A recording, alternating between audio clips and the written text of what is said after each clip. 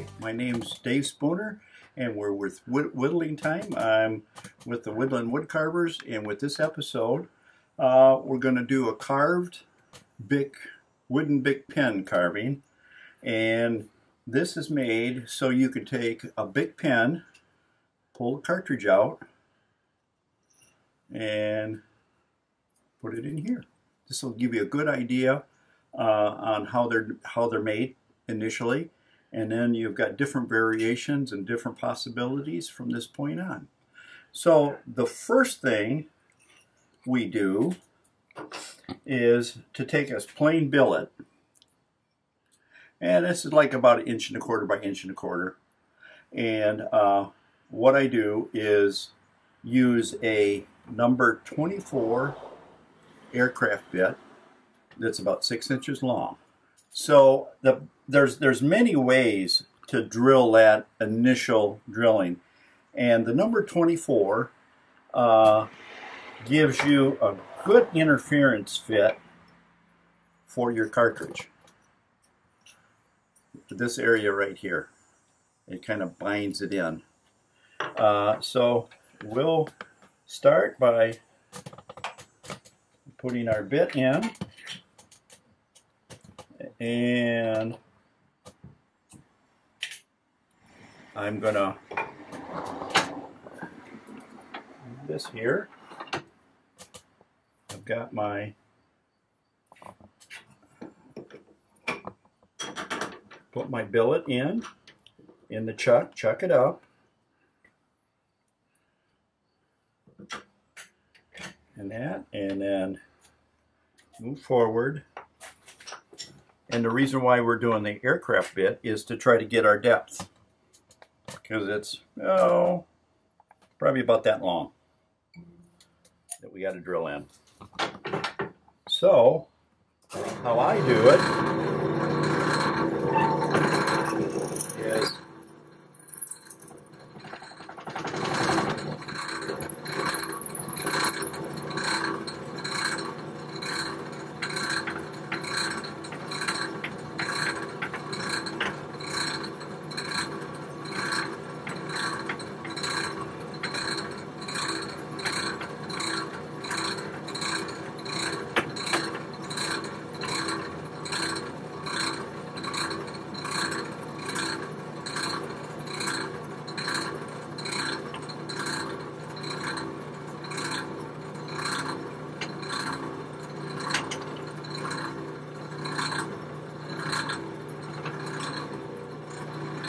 a little warm. So from this point,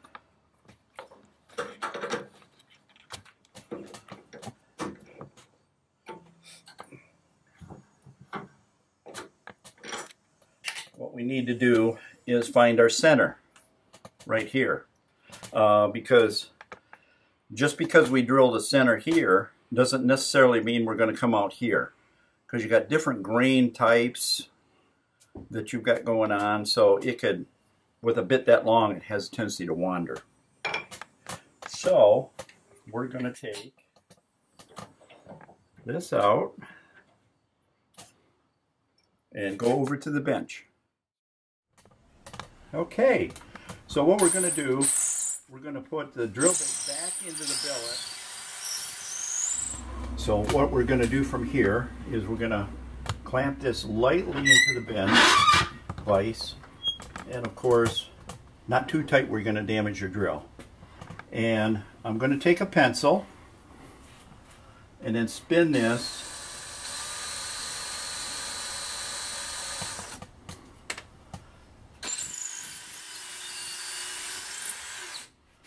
and you can see where that center came out right there. So from this point on, you take that center and you'll make a cut here, and that's for your lathe spur. So when we put it in the lathe, that's the drive part, and we'll put this end in on the live center. So we go right back to the lathe and chuck it in and take it all from there. From this point on, I'm I'm just going to set the drive spur in place and pull up my tailstock.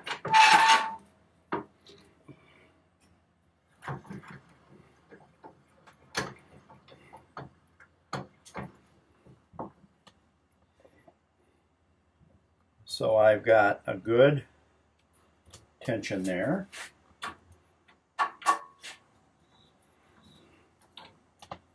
And I'll lock that in place. And I'll pull the tool rest a little closer.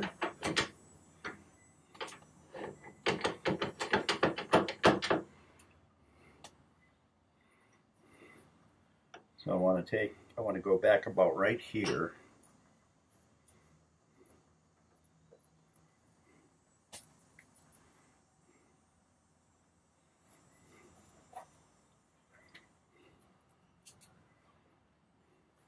And I roll this to make sure it doesn't hit the tool rest too bad. And I'll start out with this gouge and that gouge.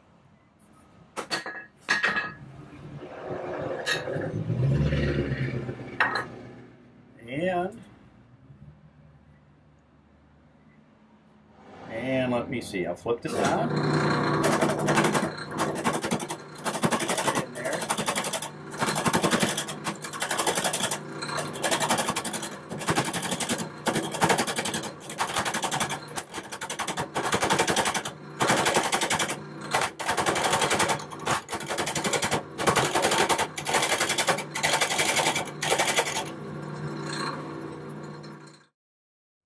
Now, what I'll do is I'll do a little sanding, and I'll take and highlight these grooves.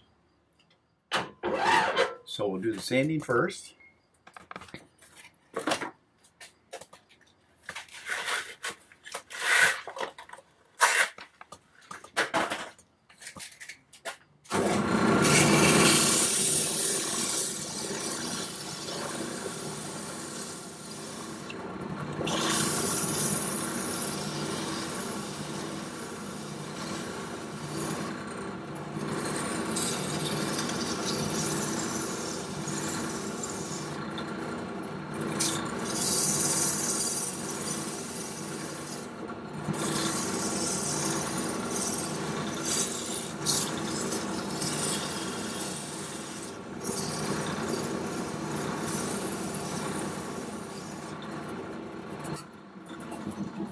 And for the sanding, I started out with a 120 grit and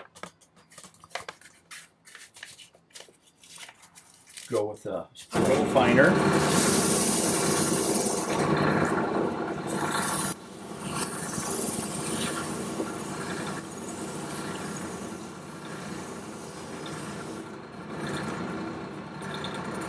And then I'll highlight these grooves by burning them in.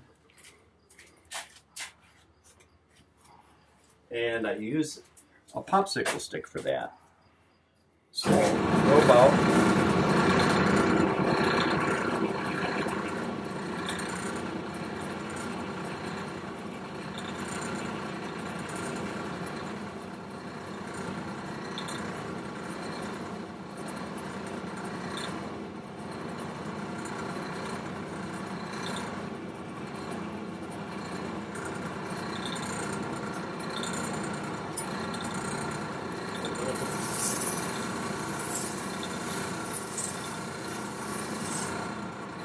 I put these grooves in here for decorative purposes, and you can just use your imagination on how you shape this part of the billet. You could just taper it, you could give it a little contour, you can do whatever you want to embellish that part of the piece. And once we get this done, then we go to the bench and we do some. In this particular case, we're doing a St. Bernard. Now, once we get back to the bench, I glue a piece a piece on the billet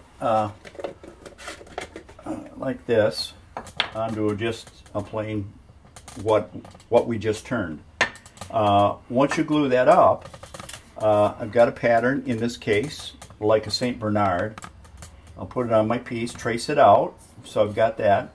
Now the ears, instead of just having to cut two other pieces, I split a 1x down the center and then drew my pattern out from there. So I've got a right and a left. So with that, we'll go to the bandsaw. So the first thing we'll cut out is the dog himself. So here we go. I'm going to shut this up.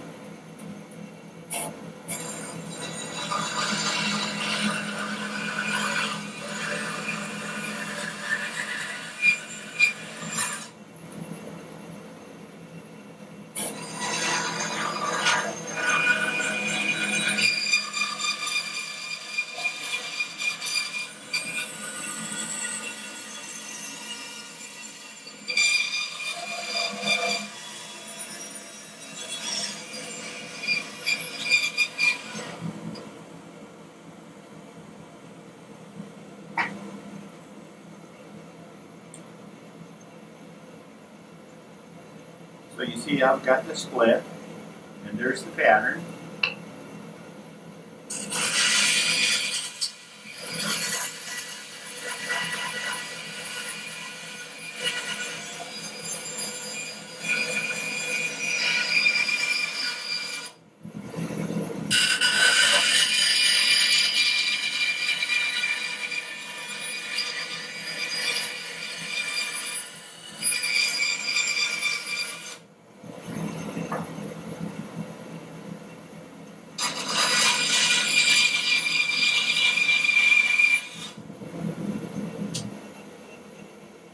And there we go.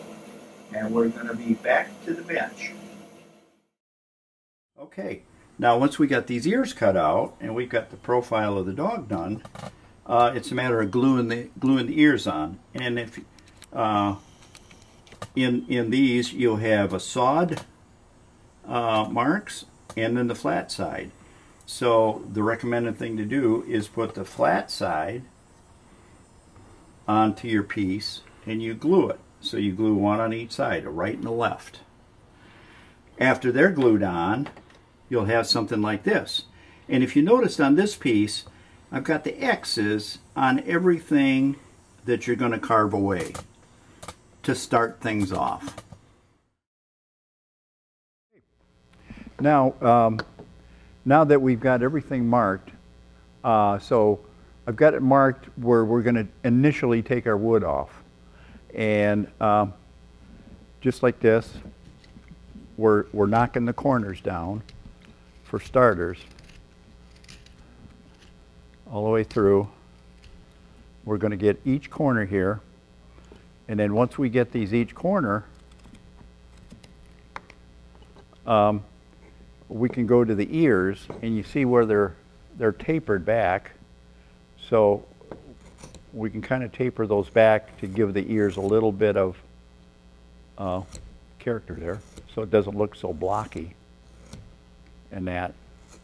So in this case, we're going to taper it in like that. Also, while we're removing where I've got the X's in the corners there, now would also be a good time, you see where the mouth is. And what I do is I just put a stop cut right around that mouth area.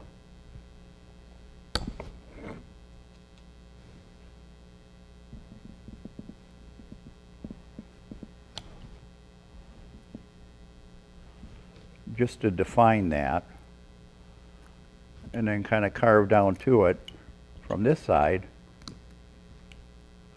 And then I like to do that first before I start taking some wood down off the side.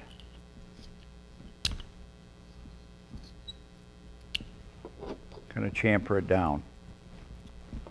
You know, then you're going to denote the nose there.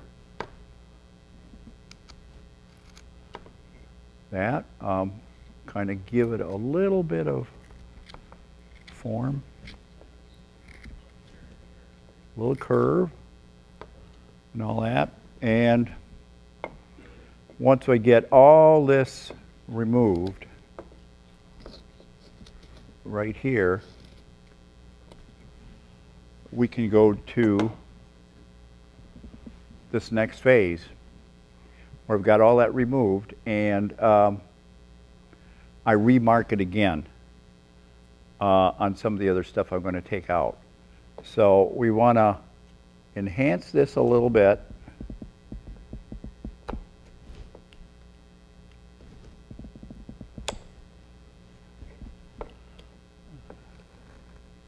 Kind of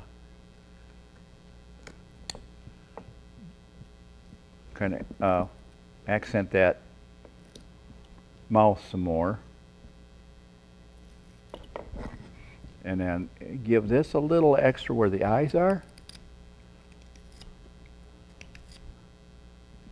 Kind of carve down a little bit there, and of course as the grain changes you're going to change the direction of your knife cuts. Yeah. And one thing also, when you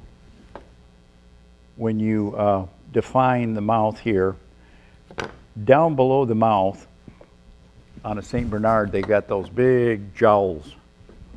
So you just want to hollow out that area down below the mouth, all that. So once that's hollowed out, and it's a matter of just continuing rounding off the base, because you've already taken off at this point where it had it all X'd out. So it's a matter of just keep it going.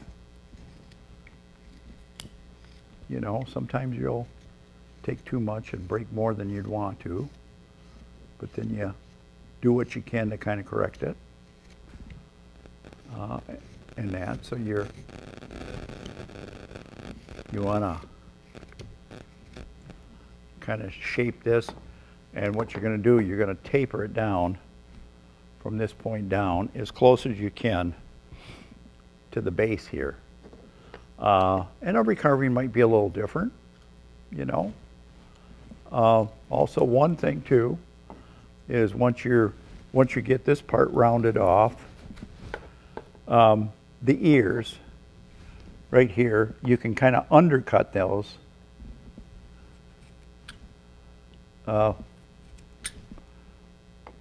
Undercut those to show that they're getting a little floppy there. They're not static, so to speak.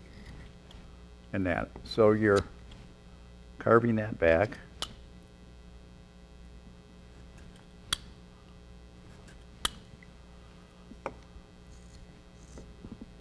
And that.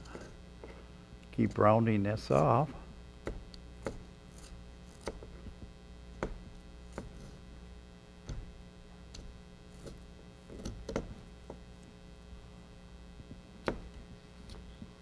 And you notice here I've got a center line here.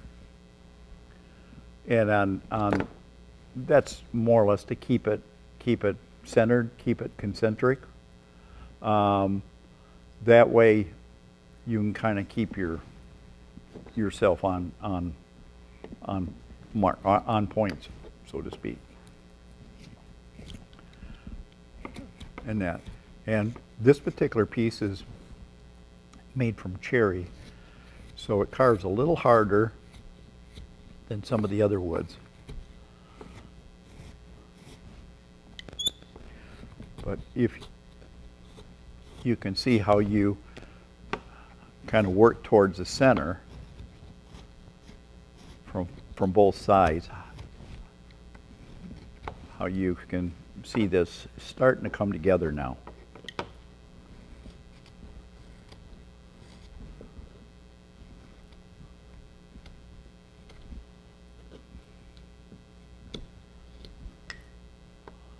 And again, we'll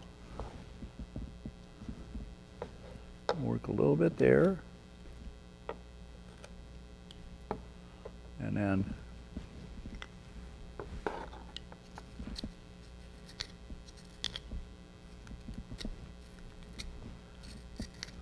kind of work this in.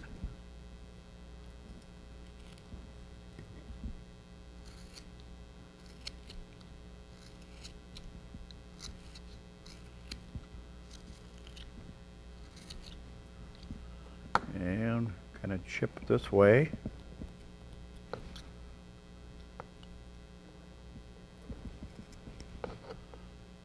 And for those who like to power carve,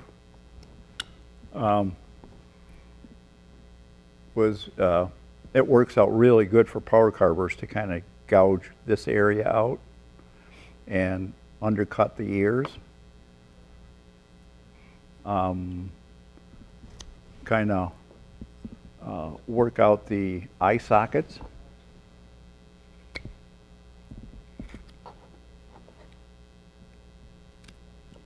So you gotta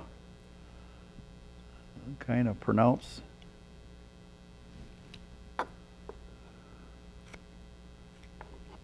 show the nose a little bit there and all that. So, and then once you kind of go through that, you're setting the eyes. And I got right here like an eye punch, an eye set. I just kind of press into them. Sometimes you can use a nail set, a large nail set. Can do the same thing, and then you can kind of carve around those. But I've got a set of eye punches that I bought years ago from Woodcraft, and they work out pretty good. Help you define that in that. And again, you're kind of just rounding everything off and that. And what I also do too, up around the eyes, I kind of just take and do like a little curl. It kind of gives them that kind of St. Bernard frown look. And then they'll have a little furl on top of their head. And I might just get just a little bit, just enough to give it some character, not deep in that. And then on each side of the nose, you kind of make a stop cut on each side of it and maybe carve a little bit to that to denote that area. And I kind of work off the cheeks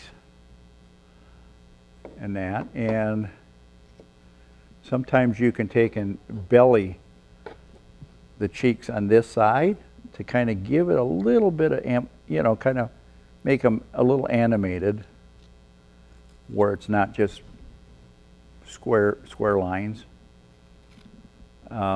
give them a little bit of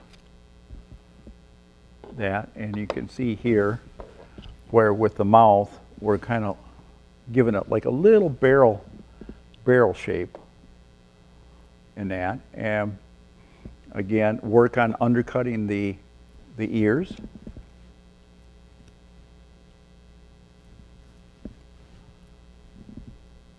Give it a little character. Because sometimes they can be characters, those St. Bernards.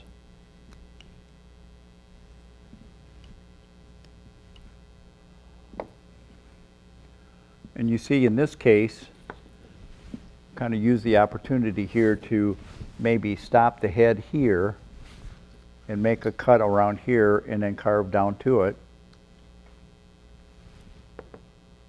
To give it a little character to the carving, you know, and you can just use your imagination where you want to put it, how you want to do it, and that. And then after I get to that point where I'm satisfied with the carvings, rounded off, and that, and then I might take something like this and maybe sand the high points down in certain areas. And then after I get to that point, then it might be time to finish. Do your finishing. And in this case, what I did is I took a micro tool, a micro motor, and I had a diamond bit, and I created the fur right in here. To give it some texture. And then did a little wood burning too. Around the eyes, to denote the mouth, the nose. And then after it was done, I put a couple coats of polyurethane on there to lock it in. Now there's a lot of different things you could do. Now I did another piece right here, a similar pattern, but more of a Great Dane look. And with him, I did all the wood burning and that, and I kind of just tweak the pattern just a little bit on that. Use the same basic idea with laminating the block there and gluing the ears on and taking it from there. Now, you can take some other, when you just do a plain billet, say like this, or like this, you can come up with a lot of other different designs. Here's one here, got a little man. He started out to be Uncle Sam, but for some reason he took a wrong turn. And then a little hillbilly from the Ozarks. And with this, a little wood burning, a little texturing. And here's one he did years ago. And put a little paint to him, give him a little color, a little character. And here's one that started out with the eagle, but I think he looks more like a chicken hawk and all that. So he was fun to make. And this one actually, this one's out of cherry. So are these. I've got 2 of these from walnut, kind of wood spirits. Another walnut. And if you don't want to do any carving on there and you just want to do the lathe work, you can turn out something like this. This, I think, is Coca-Cola in that. And it was pretty nice to turn when I remember right in that.